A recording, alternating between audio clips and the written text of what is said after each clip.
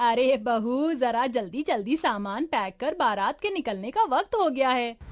माँ जी, सारा सामान पैक हो गया है। अब तो बस मुझे मेरी देवरानी का इंतजार है। आप देखना, जब मेरी देवरानी आएगी ना, तो हम दोनों देवरानी जेठानी नहीं बल्कि बहनों की तरह रहेंगी। सभी लोग जल्दी जल्दी सारी तैयारियां खत्म करते हैं और बारात लेकर निकल जाते हैं। शादी होने के बाद सभी लोग घर की नई बहू अलका को लेकर घर आ जाते हैं, जहां ज्योति और लक्ष्मी बड़े प्यार से अलका का स्वागत करती हैं।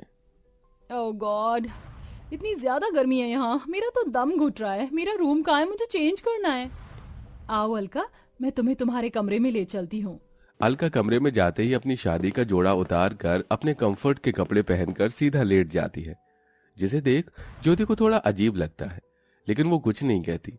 अलका की शादी भले ही एक मिडिल क्लास फैमिली में हुई थी, लेकिन अलका काफी अमीर घर से थी, इसलिए वो अपने पापा से कहकर 2 एसी मंगवा लेती है, जिसमें से एक एसी तो वो अपने कमरे में और एक एसी अपनी सास के कमरे में लगवाती है। अलका बहू, ये मेरे कमरे में एसी कब लगा और किसने लगाया ये एसी? माँ जी, मैंने लगवाया है आपके कमरे में एसी। वो क्या है ना, गर्मी का मौसम शुरू हो चुका है और इतनी गर्मी में आपको बिना एसी के काफी प्रॉब्लम होती होगी ना। किसी की नजर ना लगे मेरी बहू को। आते ही मेरा कितना ख्याल रख रही है। मुझे परेशानी ना हो इसलिए मेरे कमरे में एसी भी लगवा दिया। लक्ष्मी इतना बोल ही रही होती है कि तभी वहां ज्योति आ जाती है। अलका, मेरे साथ किचन में चलो। आज तुम अपने हाथों से खाना बनाना।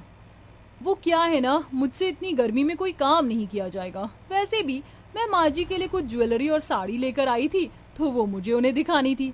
अच्छा, कोई बात नहीं बहू, फिर कभी बना लेना खाना। ज्योति बहू, जाकर तू ही बना ले आज खाना। ज्योति को यह सब बड़ा अजीब लगता है, लेकिन वो ज्यादा ध्यान नहीं देती और ऐसे ही कुछ दिन गुजर जाते हैं। अलका, आज ढेर सारे कपड़े हैं, आओ कपड़े धोने में मेरी मदद करो। लेकिन मैं तो माँ जी के साथ बाहर पार्लर जा रही थी। तो बाद में चले जाना, घर का काम जरूरी है या पार्लर जाना? एक दिन अगर तू कपड़े धो लेगी तो क्या हो जाएगा? इतने सालों से तो तू ही धो रही है। अलका बहू, चल, हमें पार्लर के लिए लेट हो रहा है। अलका लक्ष्मी को अपने साथ पार्लर ले जाती है। ये सब देख ज्योति को गुस्सा तो बहुत आता है, लेकिन वो कुछ नहीं कहती। ज्योति हमेशा यही सोचती थी, जब उसकी देवरानी आएगी तो वो दोनों मिलकर जिम्मेदारी को संभालेंगे, घर के सारे काम करेंगे। लेकिन जब से अलका आई थी, तब से वो हमेशा अपने पैसों के बल पर अपने साथ साथ अपनी सास के भी शौक पूरे करती और घर के कामों से भी बच जाती। चाची, मुझे बहुत गर्मी लग रही, मेरे लिए मैंगो शेक बना दो ना। मिंकू ये कहते हुए अलका का हाथ हिलाने लगता है।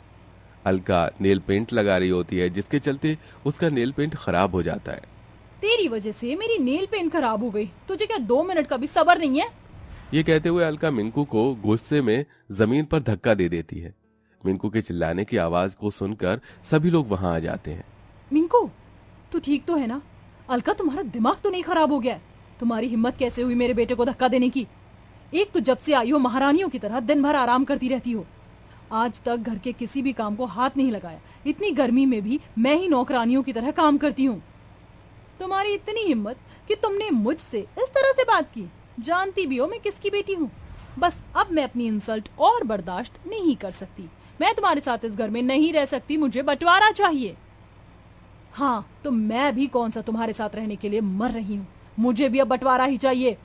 अरे तुम दोनों का दिमाग तो नहीं खराब हो गया? तुम दोनों ये क्या बातें कर रही हो?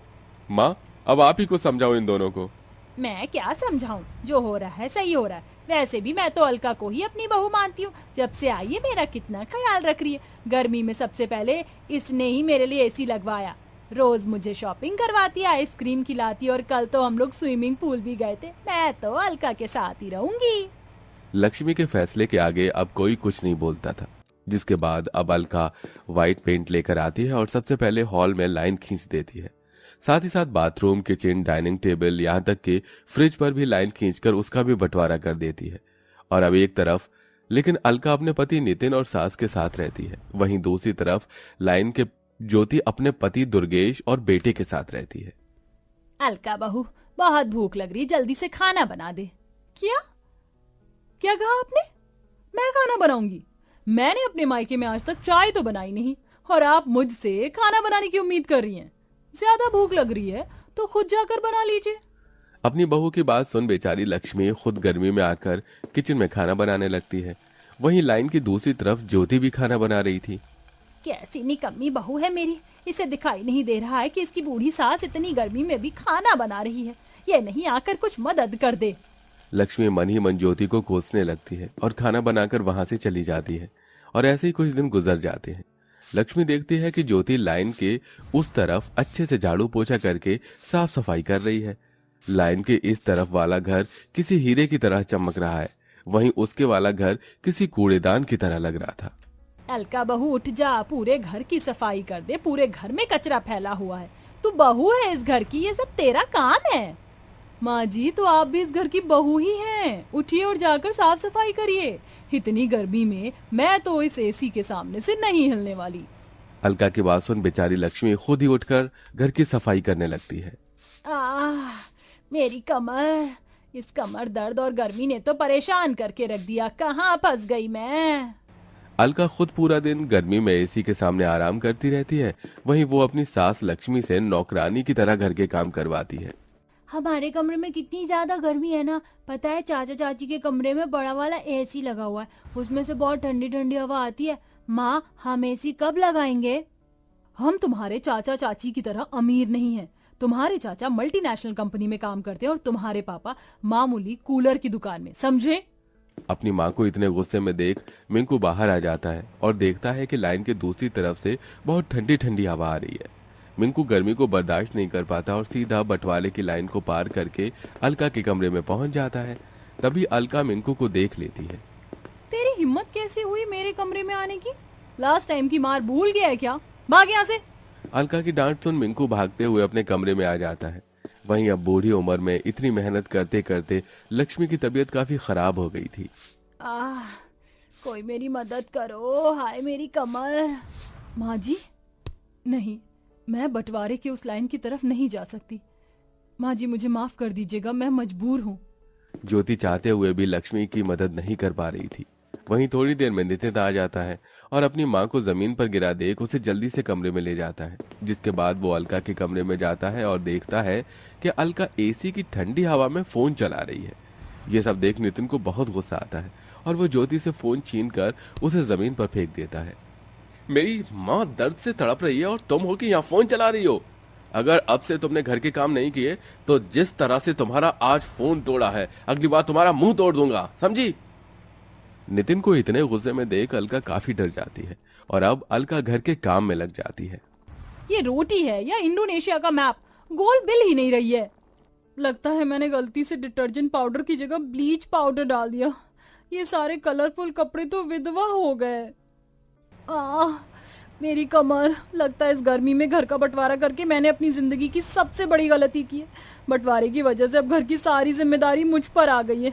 ऊपर से इस गर्मी ने भी बुरा हाल करके रख दिया। अब मैं क्या करूं?